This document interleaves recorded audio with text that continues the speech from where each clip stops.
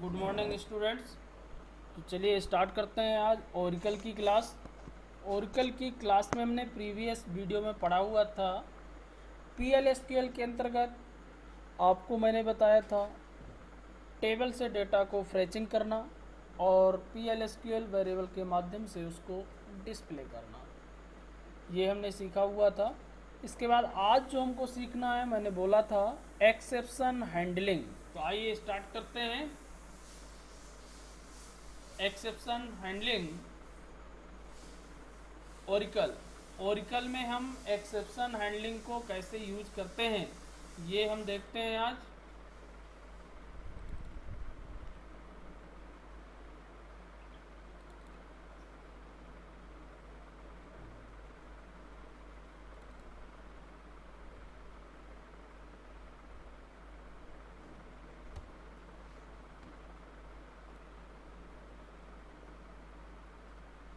ये सब कुछ हमने पढ़ लिया। एक्सप्लिसिट कर्सर, रिकॉर्ड को डिस्प्ले करना, ये भी हमने पढ़ लिया। मैंने बताया था कि आपको आज पढ़ाऊंगा एक्सेप्शन हैंडलिंग। तो आज हम स्टार्ट करेंगे एक्सेप्शन हैंडलिंग। पहले तो आप इसका ओवरव्यू समझ लीजिए कि एक्सेप्शन क्या होता है। हर एक प्रोग्रामिंग में इसकी ज़रूरत होती है, वैसे ही डेटाबेस पीएलएसक्यूएल में भी। एक्चुअल में होता क्या है, जब भी हम कोई भी प्रोग्राम बनाते हैं और यदि उस प्रोग्राम में कहीं पे भी एरर्स आ जाती है तो उसका एग्जीक्यूशन टर्मिनेट हो जाता है। जबकि जब सॉफ्टवेयर हम खरीदते हैं, परचेज करते हैं, या किसी सॉफ्टवेयर की बात करें, देखें जैसे एमएस वर्ड, एक्सेल, किसी पे भी यदि उनमें किसी भी प्रकार की एरर्स आती है तो वो सॉफ्टवेयर का एग्जीक्यूशन क्लोज नहीं होता है, बल्कि उससे रिलेटेड क्या मिलता है, मैसेज मिलता है। फॉर एग्जांपल मान के चलिए कि हमारा रेलवे का सॉफ्टवेयर है, हम रेलवे रिजर्वेशन में गए, रिजर्वेशन करना चाहते हैं, तो जहाँ पर हमको गाड़ी का नंबर डालना चाहिए, एंटर करना चाहिए, वहाँ पे हमने गाड़ी का नेम लिख दिया। तो चूँकि गाड़ी नंबर इंटीजर में होता है, ये आप समझते हैं, और नेम उसका स्ट्रिंग होगा, आप लिखेंगे, स्वाभाविक सी बात है कि इंटीजर में यदि स्ट्रिंग लिखा जाएगा तो एरर्स आएगी। तो वहाँ पे आपको प्रोग्राम यहाँ क्या होगा, बंद हो जाता है, क्लोज हो जाता है। जबकि वहाँ आपका प्रोग्राम क्लोज नहीं होगा, बल्कि क्या होगा, आपको मैसेज देगा, प्लीज एंटर वैलिड गाड़ी नंबर, आपको मैसेज मिलेगा। तो ऐसे हम भी प्रोग्राम को डिजाइन कर सकते हैं कि यदि हमारे प्रोग्राम में कहीं भी कोई भी फॉल्ट आती है, किसी भी प्रकार की एरर्स आती है, तो प्रोग्राम का एग्जीक्यूशन टर्मिनेट ना हो करके हमें उससे रिलेटेड क्या दे, मैसेज दे। तो उसको हैंडल करना ही, उस जो एरर रन टाइम में जनरेट हो रही है उसको हैंडल करना ही क्या कहलाता है, एक्सेप्शन। हमने एरर्स भी पढ़े हुए हैं। देखिए बेसिकली एरर्स तीन प्रकार की होती हैं, कई बार बता चुका हूँ, अदर प्रोग्रामिंग लैंग्वेज में भी आप पढ़ चुके हैं। एक तो सिंटैक्स एरर होती है, जो प्रोग्रामिंग के रूल एंड रेगुलेशंस को हम फॉलो नहीं करते हैं, उसके कारण जो एरर्स आती है वो सिंटैक्स एरर होती है। दूसरी रन टाइम एरर्स होती है, जो रनिंग के समय आ जाती है। उस रन टाइम एरर को हैंडल करना ही कठिन होता है, क्योंकि यदि रनिंग में एरर्स आई तो वो पूरा प्रोग्राम एग्जीक्यूशन क्लोज कर देता है। तीसरी बात वो क्यों आती है, आपको रन टाइम ये भी मालूम है, लाइब्रेरी का फाउंड ना होना, या फिर आपके जो इनपुट दे रहे वैल्यू वो सही इनपुटिंग ना होना, इस कारण से आती है। और तीसरी जो एरर्स है वो आपको मालूम ही है, सबसे इम्पोर्टेंट, वो तो लॉजिकल एरर्स होती है। आपके लॉजिक यानी कि प्रोग्राम को बनाते समय ही आपका लॉजिक कहीं ना कहीं गड़बड़ है, वो एरर्स है, तो उसको तो आपको स्वयं ही सॉल्व करना पड़ेगा। लेकिन यदि रन टाइम में कोई एरर्स आती है तो उसको हम हैंडल कर सके, वो मेजर प्रॉब्लम हो जाती है, क्योंकि हमारा प्रोग्राम रन हो रहा होता है। तो आइए समझते हैं इसको कैसे सॉल्व करते हैं पीएलएसक्यूएल में।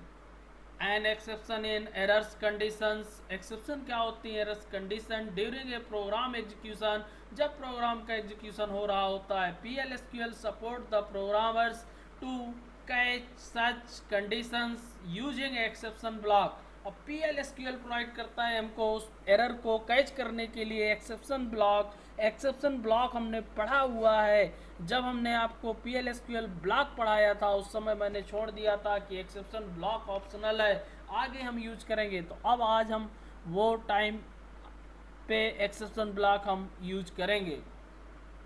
इन the program and the appropriate action is taken against the errors condition, और उस जो कंडीशंस बनेगी या जो भी एरर्स आएगी उसके अकॉर्डिंग हम अपने मैसेज को डिस्प्ले करना। तो बेसिकली जो ये एक्सेप्शन हैंडलिंग है PL/SQL में 2 टाइप की है, ये ध्यान दीजिए आप। सबसे पहली आपकी सिस्टम डिफाइंड एक्सेप्शन हैंडलिंग और दूसरी है आपकी यूजर डिफाइंड एक्सेप्शन हैंडलिंग, यानी कि 2 तरीके की हम एक्सेप्शन हैंडलिंग यूज करेंगे। एक तो सिस्टम डिफाइंड एक्सेप्शन होगा, दूसरा यूजर डिफाइंड। जैसा कि इनके नाम से भी आपको मालूम है कि सिस्टम डिफाइन मतलब जो पहले से डिफाइन हो वो एरर्स आपकी क्या कहला जाएंगी, सिस्टम डिफाइन कहला जाएंगी। और यूजर डिफाइन का मतलब है यूजर अपने अकॉर्डिंग एरर्स को क्या करे, हैंडल करे, वो आपकी एरर्स क्या होंगी, यूजर डिफाइन। तो सबसे पहले हम इसका सिंटैक्स देख लेते हैं, चाहे वो यूजर डिफाइन हो, एक्सेप्शन हो या फिर सिस्टम, जिसके लिए हम सिंटैक्स पहले भी ब्लॉक पढ़ चुके हैं। उसी ब्लॉक में मैं आज समझाने की कोशिश कर रहा हूँ, PL/SQL ब्लॉक। और एक चीज़ मैं यहाँ और क्लियर कर दूँ, PL/SQL ब्लॉक जरूर पूछा जाता है, बहुत इंपॉर्टेंट है। तो PL/SQL ब्लॉक आपको आना चाहिए। देखिए PL/SQL ब्लॉक ये हमने पढ़ा हुआ था। डिक्लेयर सेक्शन सबसे पहले पाया जाता है, जिसके अंदर हम डिक्लेरेशन का पार्ट यूज करते हैं। हमने देखा इस पे वेरिएबल्स को डिक्लेयर करना, वेरिएबल्स को डिक्लेयर करना, कर्सर को डिक्लेयर करना, यानी जो कुछ भी हम डिक्लेरेशन पार्ट में यूज करते हैं वो सारा डिक्लेरेशन सेक्शन कहलाता है। इसके बाद बिगिन एग्जीक्यूटेबल पार्ट होता है, जो हमको एग्जीक्यूट कराना होता है स्टेटमेंट, SQL कमांड, वो हम एग्जीक्यूटेबल पार्ट में लिखते हैं। और फिर तीसरा हमारा एक्सेप्शन, ये हमने अभी तक छोड़ा हुआ था, एक्सेप्शन हैंडलिंग को हमने यूज नहीं किया हुआ था, इस पार्ट को हमने स्किप किया हुआ था, ये ऑप्शनल होता है। आज हम सीखेंगे एक्सेप्शन हैंडलिंग। एक्सेप्शन हैंडलिंग में देखिए सबसे पहले एक्सेप्शन हैंडलिंग गो हेयर, जो एक्सेप्शन होगा उसको हम निर्धारित करेंगे। व्हेन कंडीशन दे सकते हैं कि यदि ये एरर्स आती है तो एक्सेप्शन 1 और उससे रिलेटेड मैसेज, यदि दूसरा है तो ये, तीसरा है तो इस प्रकार से हम मल्टीपल कंडीशन को निर्धारित करके एक्सेप्शन को हैंडल कर सकते हैं। अदर, व्हेन अदर भी दे सकते हैं कि यदि इनमें से कोई कंडीशन, जैसे एज ए स्विच होता है, एल्स इफ लेटर स्टेटमेंट होते हैं, वैसे ही एक्सेप्शन को हम हैंडल कर सकते हैं। यदि इनमें से कुछ नहीं मिलता तो आपको विथ लास्ट ऑप्शन आप दे सकते हैं, उसके अकॉर्डिंग एग्जीक्यूशन हो जाएगा। और लास्ट में एंडिंग होता ही है। तो आज हम पूरा ब्लॉक अब सीखने जा रहे हैं। डिक्लेयर बिगिन हम सीख चुके हैं, लेकिन अब हम एक्सेप्शन का भी उसमें यूज करेंगे। प्लस एक्सेप्शन का यूज हम प्रोसीजर में भी कर सकते हैं, फंक्शन में भी कर सकते हैं, कर्सर में भी कर सकते हैं, और आगे आने वाला जो हमारा टॉपिक है टिगर्स में भी हम एक्सेप्शन को हैंडल कर सकते हैं। तो आइए देखते हैं एग्जाम्पल एक्सेप्शन का।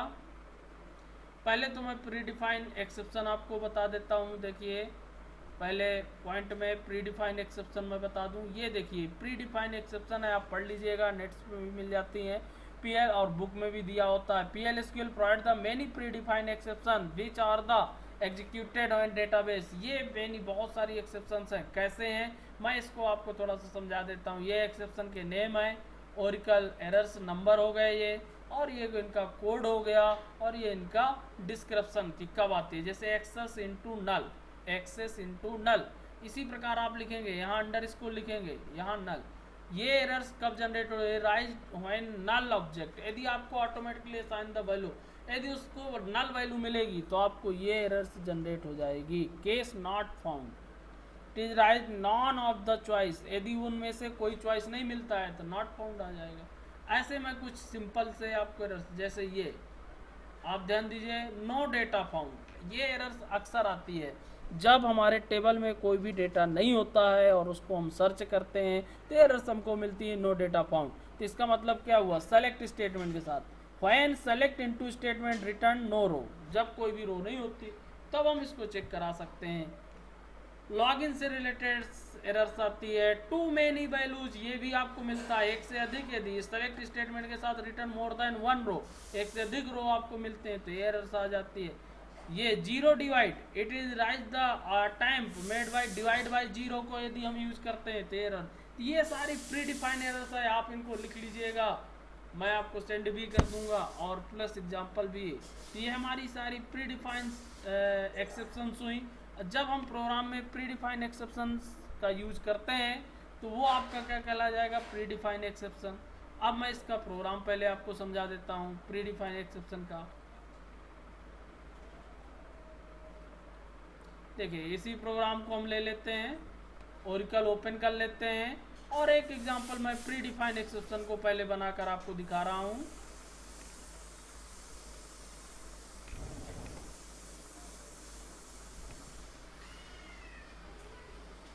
मैंने ओरिकल ओपन किया, इसमें लॉगिन हो जाते हैं। इसके बाद फिर प्री डिफाइन एक्सेप्शन और एक एग्जांपल यूजर डिफाइन एक्सेप्शन दोनों को बना के आज दिखाऊंगा। एक्सेप्शन चैप्टर प्लस उससे रिलेटेड फाइल भी मैं आपको सेंड कर दूंगा।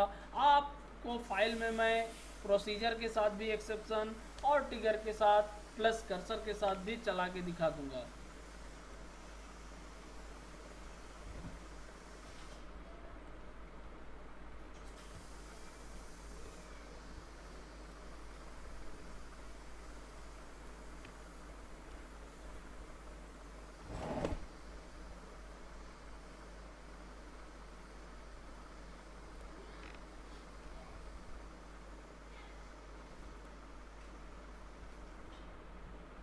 चलिए प्रोग्राम को ले आते हैं कॉपी करके। प्री डिफाइन एक्सेप्शन, पहला पार्ट एक्सेप्शन का प्री डिफाइन एक्सेप्शन हम चलाने जा रहे हैं। ये देखिए मैं पहले आपको प्रोग्राम समझा देता हूँ, इसके लिए टेबल भी बनी होनी चाहिए। देख लेते हैं, कस्टमर नाम की हमने टेबल बनाया तो था, यहाँ पे डिक्लेयर किया आईडी। देखिए हमने ना रो टाइप कल पढ़ा था, यहाँ नॉर्मली आईडी लिया और आईडी 8 दिया हुआ है, ठीक है। इसके बाद नेम एड्रेस, यहाँ से हमने सेलेक्ट किया नेम एड्रेस इनटू और किस में सी नेम एड्रेस में स्टोर कराया। कस्टमर से टेबल जो हमारी है वो क्या है, कस्टमर से। ओके, आईडी कस्टमर्स आईडी, कौन सी आईडी लाना है इसको, सी आईडी। सी आईडी में कितना है 8। अब 8 नंबर की यदि आईडी होगी तो क्या कर देगा, नेम प्रिंट कर देगा और उसका एड्रेस प्रिंट कर देगा। नॉर्मली 2 फील्ड हमने यहाँ पे प्रिंट कराई है। ओके, अब मान के चलिए आगे यदि ऐसा नहीं होता है, हमने एक्सेप्शन के यूज किया when data no data found, predefine exception मैंने आपको यहाँ समझाया था।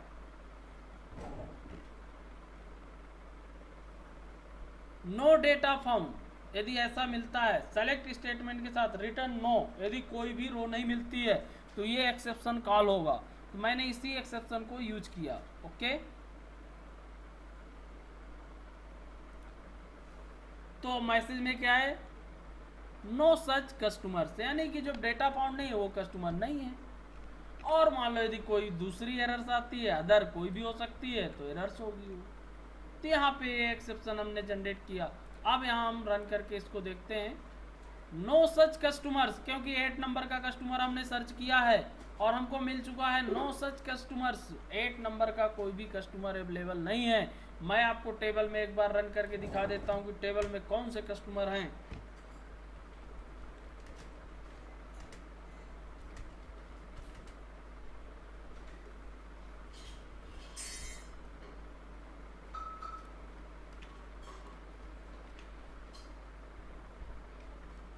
ये देखिए 3 तक हमारे कस्टमर्स हैं और हमने सर्च किया 8 नंबर, इसलिए हमको एक्सेप्शन हैंडलिंग में जाना पड़ा। 2 नंबर यदि हम दे देंगे तो हमारी प्रॉब्लम सॉल्व हो जाएगी और हमारा प्रोग्राम रन हो जाएगा और 2 नंबर का रिकॉर्ड इसने दिखा दिया।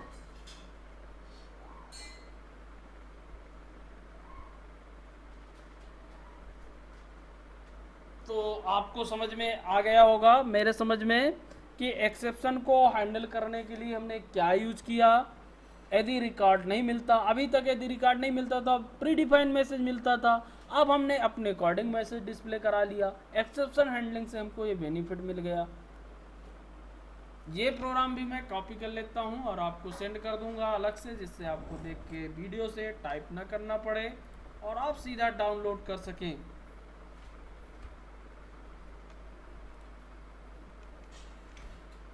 एक्सेप्शन हैंडलिंग मैं आपको अलग से एक फाइल सेंड करूंगा, साथ में आपको प्रोग्राम भी चलाते जाना है। ये तो मैं आपको वीडियो में कितने प्रोग्राम बना सकता हूँ, भेज सकता हूँ, आप अपने से भी आपको प्रैक्टिस करना है।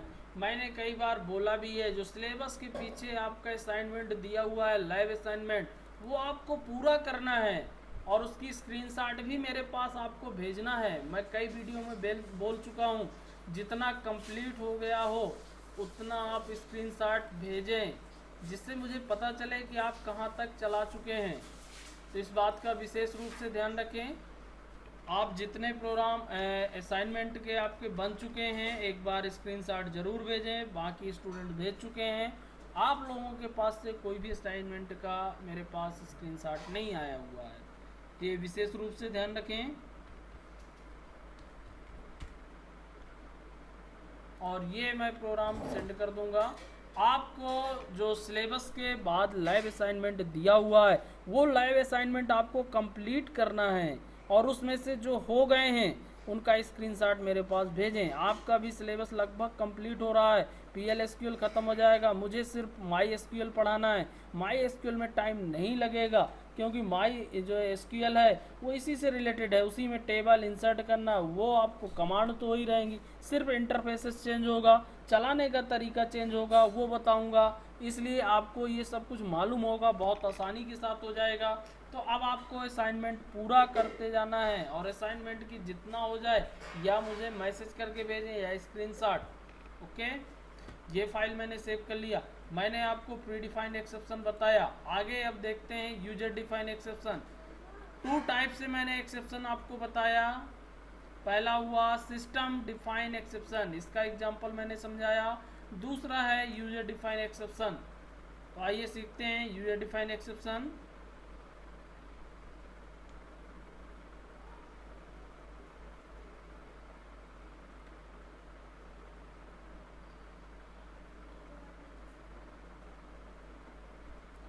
देखिए, यूजर डिफाइन जो एक्सेप्शन है उसको आपको क्या करना है, PL/SQL allow you to define your own exception according to the need your program।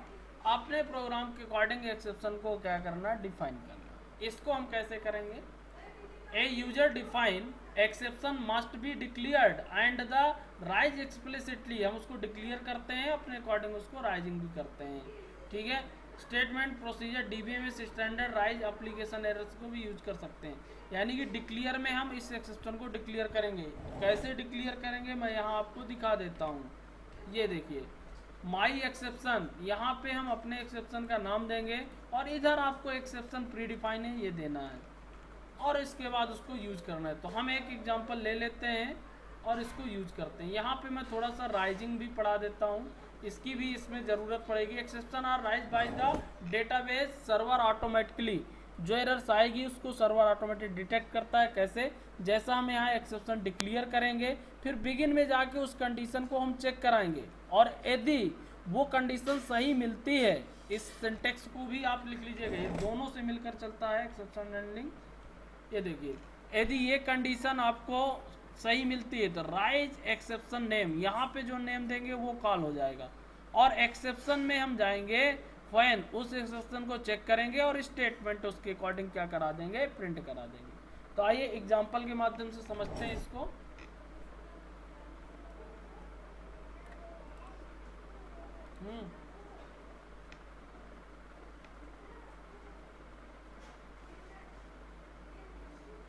तो इसका एग्जांपल बनाते हैं।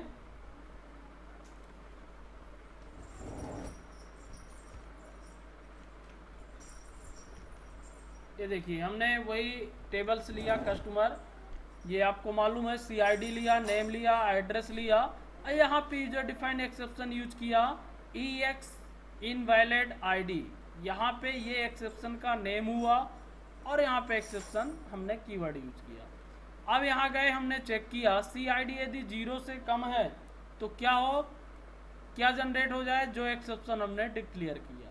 ओके, यदि ऐसा नहीं है तो सेलेक्ट करें स्टेटमेंट, वही जो प्रोग्राम नेम और एड्रेस प्रिंट कर दे। 0 से कम कंडीशन हमने दिया है 0, CID less than equal to 0। Okay, अब यहाँ गए, CID यदि मिलता है तो ID must be greater than 0। हमने चेक करा दिया कि ID ग्रेटर देन हो, अदरवाइज नो डेटा यदि मिलता है, प्री डिफाइंड एक्सेप्शन, देखिए यूजर भी यूज किया, प्री डिफाइंड भी। यदि नो डेटा मिलता है, नो सच कस्टमर नहीं है, और भी कोई एरर्स आती है तो एरर से फिर। अब इसको रन करते हैं, देखते हैं।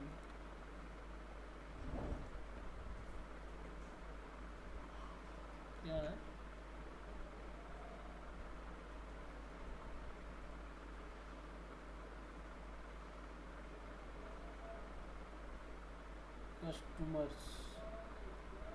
कस्टमर्स टेबल की प्रॉब्लम एस स्मॉल में है, और चेक कर लेते हैं।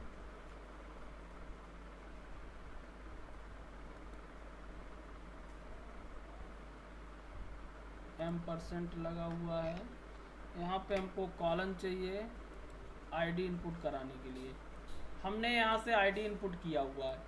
अब आईडी मान लो पहले हम 2 इंटर कर देते हैं। ओके, तो देखिए तो 2 नंबर का रिकॉर्ड हमको दिखा दिया, क्योंकि 2 नंबर का रिकॉर्ड उसमें अवेलेबल है। फिर से मैं रन किया इसको, मान लीजिए दिया 10। ओके, तो क्या मिलेगा? No such customer. अब हम एक बार और रन किया, और अब 0 से नीचे माइनस में दे देते हैं 5। ये देखिए ID must be greater than 0, ये यूजर डिफाइंड एक्सेप्शन कॉल हुआ। तो इस प्रकार से हम एक्सेप्शन को यूज कर सकते हैं, यूजर डिफाइंड एक्सेप्शन भी और प्लस आपके सिस्टम एक्सेप्शन। दोनों एक्सेप्शन हमने यहाँ पे आपको बताया।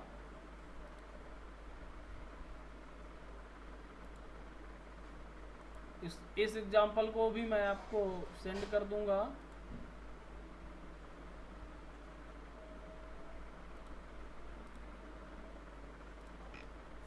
इसके साथ साथ कुछ एग्जाम्पल्स यूजर डिफाइन इसको कर देता हूँ। इसमें एक्चुअल में दोनों हैं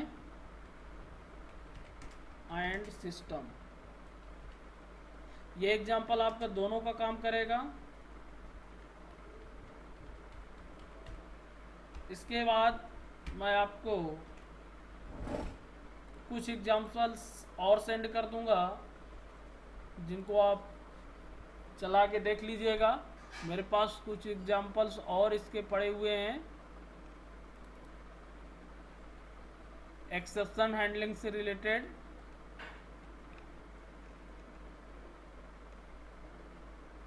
ये देखिए, आप इनको चला लीजिएगा। ये एग्जाम्पल्स मैं आपको सेंड कर दूंगा, बहुत सिंपल। इनमें हम कहीं पे भी एक्सेप्शन हैंडलिंग यूज कर सकते हैं।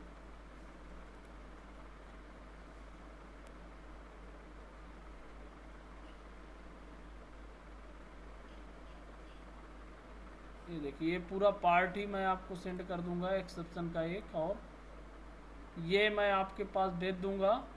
आप इनको चला के देख लीजिएगा एक बार।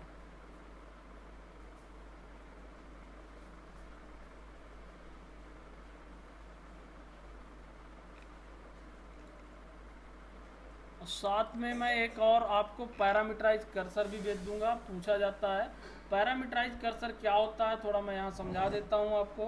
पैरामीटराइज जैसा आप पढ़ चुके हैं कि पैरामीटराइज कर्सर जो है वो क्या है आपका, किसी भी कर्सर के अंदर पैरामीटर को पास करना। तो उसका भी मैं एग्जांपल आपको कर्सर पढ़ा चुका हूँ, उसका एग्जांपल मैं आपके पास भेज दूंगा। ओके,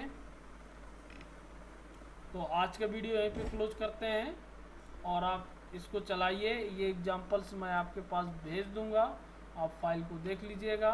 पैरामीटराइज कर्सर का भी मैं एग्जांपल भेज दूंगा, पैरामीटराइज कर्सर भी आप चला लीजिएगा। ओके।